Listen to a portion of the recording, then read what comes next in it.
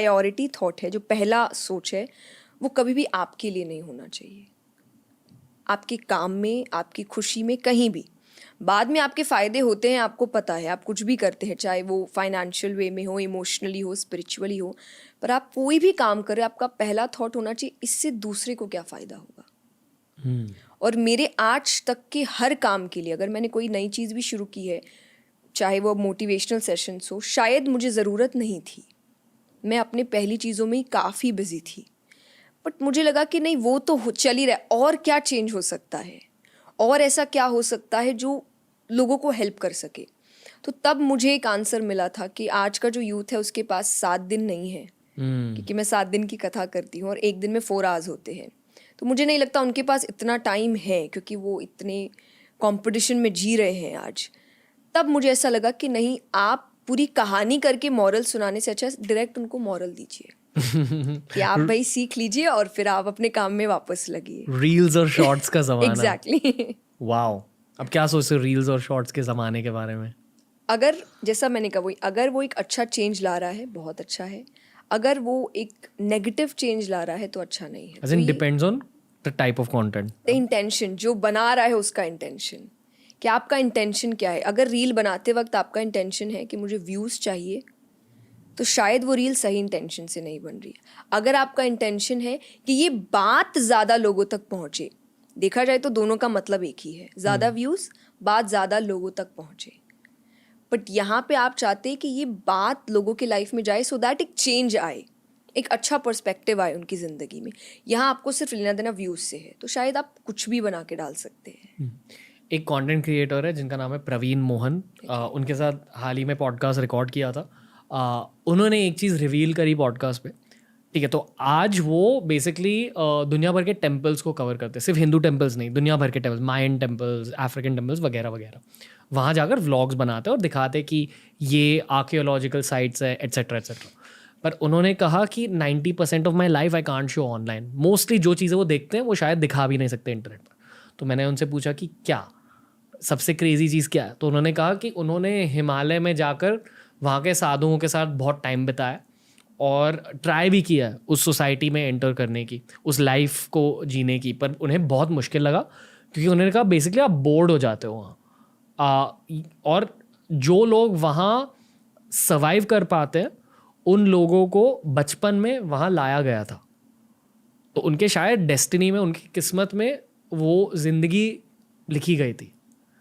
पर I feel कि destiny और किस्मत शायद रियलिटीज़ है जो आपके पास कर्मा से डिसाइड होते हैं, जो आपके पहले के जन्म से डिसाइड होते हैं। उसी पर्सपेक्टिव से आपको आपके पिछले जन्म के बारे में पूछना चाहूँगा। आपने कभी सोचा है इसके बारे में कि 6 साल की उम्र में आपका पूरा रास्ता बदल गया? आपको याद भी कैसे, मुझे मेरा फर्स्ट स्टैंडर्ड याद नहीं है इतना, पर आपने कभी ये सोचा है कि आपने लास्ट लाइफ में क्या किया होगा कि आपको इस ट्रैक पर लाया गया? क्योंकि इन अ वे आपकी स्पिरिचुअल जर्नी आर्ग्यूबली थोड़ी इजी रही है as compare to someone else. आपको उसी एनवायरनमेंट में डाला गया, बिल्कुल, पर हर किसी को उसी एनवायरनमेंट में डाला नहीं जाता। जैसे कि लोग कहते हैं कि spirituality is a rich mains thing. पहले आपको अपने खाने के बारे में, अपने पेट के बारे में सोचना पड़ता है, फिर आप स्पिरिचुअलिटी के बारे में सोच सकते हो। ये सच्चाई है, पर अगर आप एक मैक्रो पर्सपेक्टिव से देखें, कार्मिक पर्सपेक्टिव से देखें, तो शायद ये लास्ट लाइफ का नतीजा है। तो आप कुछ कहना चाहोगे? बिल्कुल। फर्स्ट थिंग तो बिल्कुल लास्ट आपके जो प्रारब्ध होते हैं, समझाइए ये शब्द। प्रारब्ध इस कि आपके पिछले जन्म के कर्म तय करते हैं कि आप दूसरे जन्म में कहाँ जाएंगे। Okay. तो इसीलिए कई बार लोग कहते हैं ना कि उनको जब पता नहीं होता है कि उनके साथ क्या हो रहा है, जो गलत होता है, और उनको ऐसा लग रहा है हमने तो ऐसे कोई एक्शन अभी नहीं किए, तो यही कहते हैं कि प्रारब्ध चल रहे हैं, कि मैंने शायद उस जन्म में कुछ गलती की होगी जिसकी सज़ा मुझे उस वक्त नहीं मिल पाई, यहाँ मिल रही है, तो उसको प्रारब्ध कहते हैं, पिछले जन्म के कर्म। तो ये पक्का है कि कुछ तो था, क्योंकि मैंने ये कभी नहीं सोचा था कि मैं इस ज़िंदगी में जाऊंगी। मैंने जब पहली बार श्रीमद् भागवत कथा की थी, मैं क्लास 12 में थी, और उससे पहले मैं दूसरी कथा करती थी।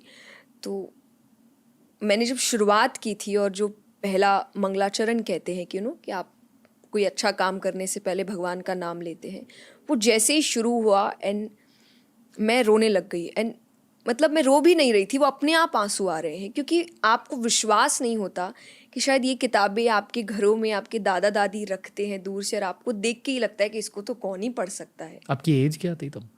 मैंने 18, क्लास 12। ओके। तो मुझे लगा कि वो मैं कर रही हूँ, तो वो एक बहुत ही ऐसी चीज़ थी जो मैंने कभी नहीं सोचा था। तो ये डेफिनेटली प्रारब्ध है कि कुछ तो है। कुछ दूसरा कुछ जो आपने अनलॉक कहा, हुआ या कुछ फिर से रीलर्न हुआ? मैं पहली कथा के लिए बोल सकती हूँ, दूसरी मैंने सोच समझ कर करी थी।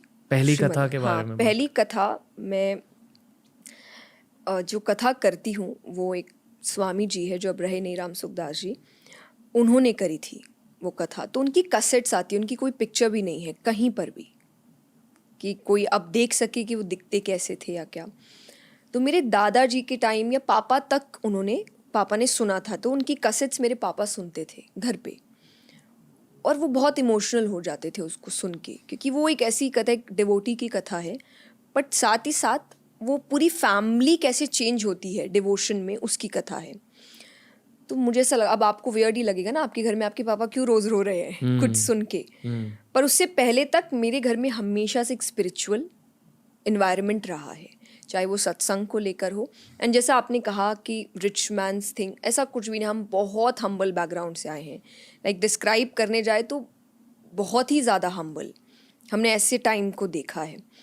तो पर फिर भी हमारी लाइफ से वो स्पिरिचुअलिटी या वो रिलीजियसनेस कभी नहीं गया, और इसीलिए आज भी कोई भी इशू हो तो मुझे पहला नाम भगवान याद आते हैं, मुझे और कुछ याद नहीं आता है कि वो ही ठीक करेंगे इसको। तो मैंने उनसे ही पूछा था कि ये आप क्या सुनते हैं, मुझे एक बार सुनाइए, और उन्होंने मुझे सुनाया। और अगेन जो आप कह रहे हैं प्रारब्ध वाली चीज़, कि वो मैंने सोचा नहीं, शायद वो उन्हीं की वजह से हुआ कि मेरे मुंह से तुरंत निकला मुझे करना है। उन्होंने बोला क्या करना है, मैंने बोला जो आप सुने मुझे करना है, मुझे ये चीज़ करनी है। और उस वक्त मुझे नहीं समझ आया, पर मुझे फिर 2 साल लगे उसको तैयार करने में, और फिर मुझे लगा कि मैंने क्या चूज़ कर लिया इसमें तो। और इतनी छोटी age, I think I was 12 और समथिंग। और तैयार करने में मतलब? मैंने, आपको कथा पढ़नी पड़ती है, आपको कथा समझनी पड़ती है, ओके। और आपको कई एग्जाम्पल्स जोड़ने पड़ते हैं, तो उसके लिए आपको और कई चीज़ें पढ़नी और डिवोटीज़ की कथा सुननी पड़ती है, समझनी पड़ती है। उसमें मुझे 2 साल लगे थे उसको तैयार करने में। उसे स्टार्ट करने का पहला स्टेप क्या होता है?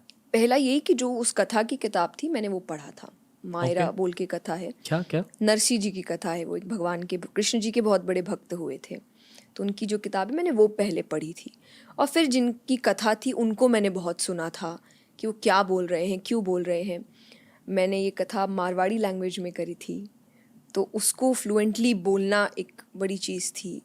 तो मुझे ऐसा लगता है कि उस वक्त जब आपको पता नहीं होता है कि काम क्या होता है, कथाएं क्या होती है, अगर तब मैं बोल रही हूँ कि मुझे करना है, तो ये पुरानी चीज़ है, ये अभी की नहीं है। ये चाहते हैं कि मैं इस रास्ते पर जाऊँ।